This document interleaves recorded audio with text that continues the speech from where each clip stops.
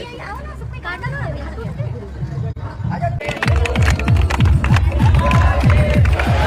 Mafia को मिट्टी में मिला देंगे।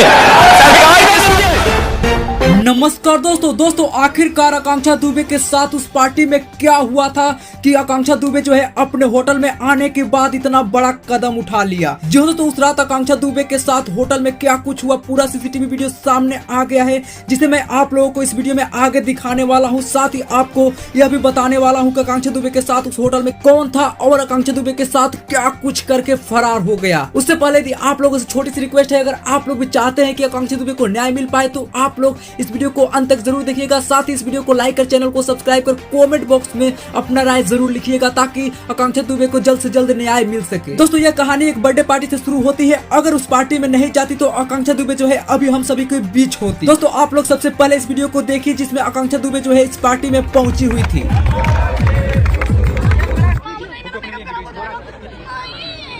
दोस्तों, बताया जा रहा है कि इस पार्टी के 4 दिन पहले आकांक्षा दुबे और उनके बॉयफ्रेंड समर सिंह के बीच ब्रेकअप हुआ था और इस बर्थडे पार्टी में पहुंची हुई थी। लेकिन दोस्तों, आपको बताना चाहेंगे कि आकांक्षा दुबे जो है इस बर्थडे पार्टी में कहीं भी दुखी नहीं नजर आ रही थी, खूब मस्ती करती हुई नजर आ रही थी, जो कि आप लोगों ने पहले ही वीडियो में देखे। दोस्तों, अब आप लोग इस वीडियो को देखिए कि उस रात आने के बाद आकांक्षा दुबे के साथ होटल में क्या कुछ हुआ और उनके होटल के दरवाजे को किसने खोला, आप लोग इस वीडियो में देखिए।